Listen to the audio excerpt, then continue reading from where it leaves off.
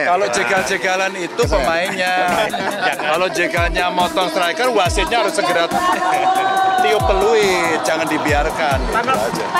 Calon Presiden Ganjar Pranowo dan Sekretaris Jenderal PDIP Hasto Kristianto merespons isu penjegalan terhadap Gibran Rakabuming Raka untuk menjadi cawapres Prabowo Subianto.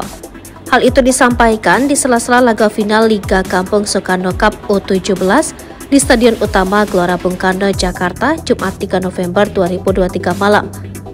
Ganjar enggan menanggapi serius isu penjegalan terhadap Gibran tersebut. Kalau jegal-jegalan itu pemainnya, kalau jegalnya motong striker, wasitnya harus segera tiup peluit, jangan dibiarkan.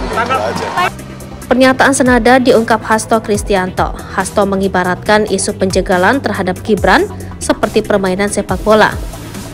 Ya seperti bola, kalau jegal ada wasit nyemprit, ujar Hasto.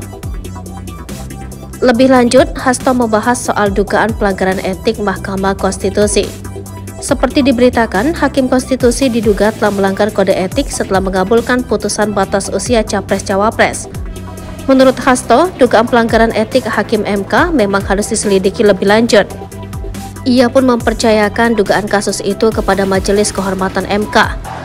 Mahkamah Konstitusi itu adalah benteng demokrasi, sehingga tidak boleh dikebiri, tidak boleh ada manipulasi, tidak boleh hanya karena hubungan kekeluargaan, kemudian hukum dikorbankan.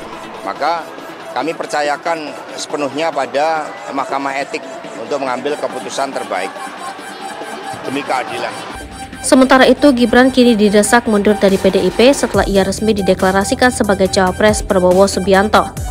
DPC PDIP Solo bahkan telah mengirimkan surat agar Gibran segera mengembalikan kartu tanda anggota dan mengundurkan diri dari PDIP.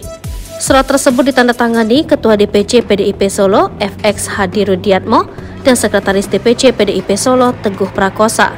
Mengenai surat dari DPC PDIP Solo, Gibran mengaku sudah menerimanya.